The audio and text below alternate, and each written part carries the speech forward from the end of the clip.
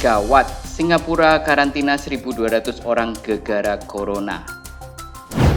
Singapura waspada ledakan baru COVID di asrama pekerja migran. Bombastic word seperti gawat, waspada, ledakan. Ini semua adalah kata-kata yang menarik perhatian. Kalau tidak ada kata ini, mungkin artikel ini tidak dibaca orang, tidak disebarkan di sosial media, dan tidak viral. Tapi sayangnya banyak orang yang cuma baca judulnya, tidak baca isinya. Dan terus disebarkan di sosial media dan membuat banyak orang panik. Ya, seakan-akan Singapura gawat, emergency, wabah, mungkin seperti India. Di video kali ini aku akan menceritakan apa yang terjadi sebenarnya dan bagaimana situasi di Singapura. Jangan kemana-mana.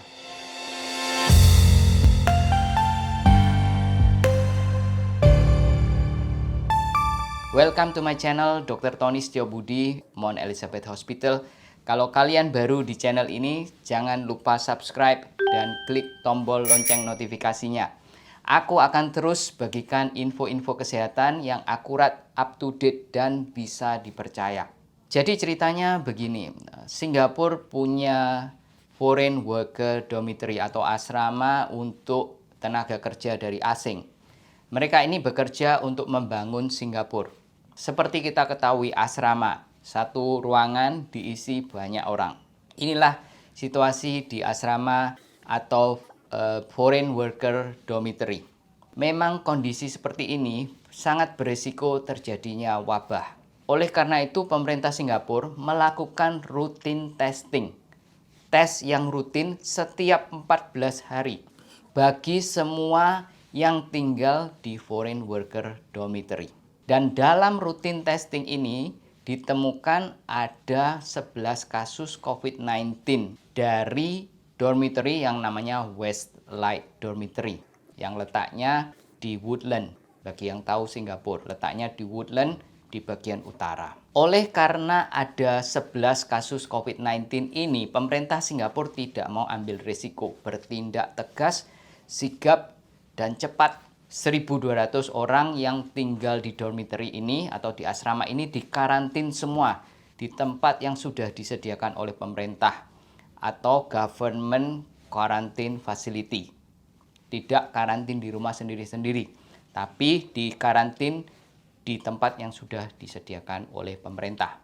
Selama 14 hari, jika tes COVID-19 negatif, mereka bebas boleh balik bekerja dan balik ke dormitory lagi.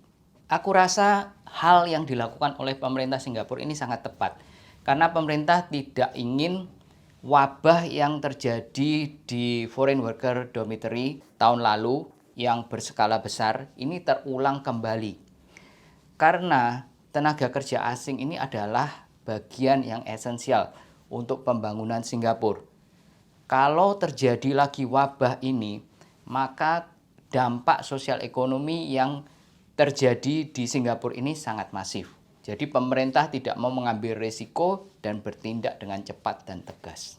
Mereka tidak meremehkan walaupun hanya ada 11 kasus COVID-19 di Foreign Worker Dormitory. Hal ini tidak disepelekan. Mungkin ini adalah salah satu hal yang perlu kita pelajari. Jangan menyepelekan hal-hal yang kecil. Jadi sekarang bagaimana situasi di Singapura? Situasinya biasa-biasa saja. Kalau kalian punya teman atau kenalan yang ada di Singapura, boleh tanya bagaimana situasi di Singapura. Orchard Road tetap ramai, banyak orang shopping. Anak sekolah tetap sekolah, orang yang kerja tetap kerja. Tidak ada lockdown. Semua berjalan seperti biasa. Saya tertarik membuat video ini karena banyak teman-teman yang kirim artikel ini ke saya dan menanyakan apa yang sebenarnya terjadi di Singapura. Sebenarnya saya baca artikel ini, isinya nggak ada masalah. Yang menjadi masalah adalah judulnya.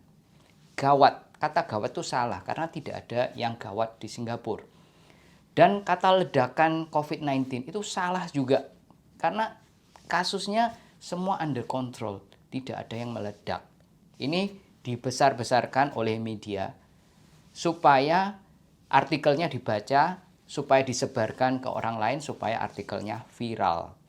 Kalau ada satu negara yang perlu ditiru oleh orang Indonesia adalah negara Singapura. Mungkin yang merasa nasionalis akan kritik video ini habis-habisan, tapi gak apa-apa. Mungkin juga banyak yang protes karena Indonesia nggak bisa dibandingkan dengan Singapura. Singapura negara kecil, penduduknya sedikit, luas wilayahnya kecil, mudah diatur. Terus bagaimana dengan Indonesia? Penduduknya jauh lebih besar daripada Singapura dan negaranya jauh lebih luas dibanding dengan Singapura. Tentunya lebih susah diatur daripada mengatur negara kecil seperti Singapura. Tetapi gak ada salahnya kalau kita belajar dari negara Singapura yang sukses dalam menghadapi pandemi ini. Ada beberapa hal yang mungkin bisa dipelajari dari Singapura. Nomor satu adalah pemerintah bertindak dengan cepat dan tegas dalam menghadapi segala sesuatu. Tidak meremehkan hal-hal yang kecil. Kasus coronavirus atau COVID-19 sedikit tidak diremehkan. Semua ditangani dengan baik.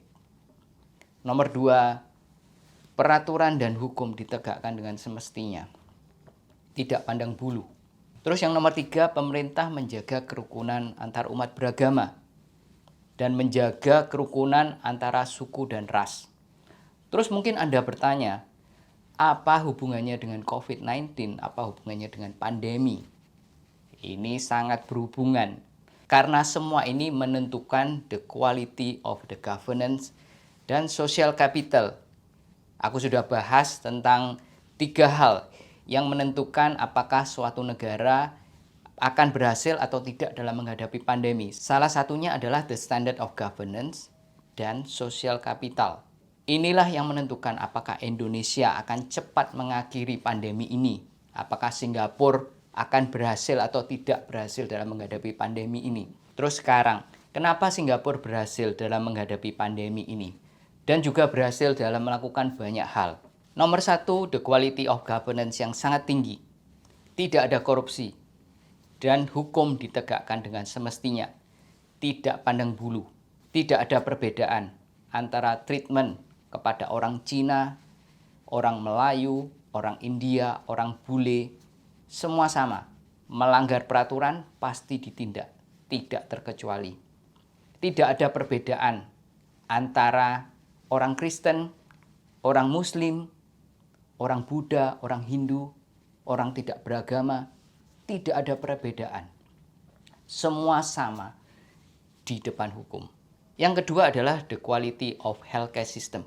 Kalau kita bicara tentang the quality of healthcare system di Singapura, mungkin tidak diperdebatkan, tidak dipertanyakan. Dari segi kapasitas, sangat memadai. Dari segi kualitas, kualitasnya sangat tinggi. Bahkan is one of the best in the world. Terus yang nomor 3 adalah social capital.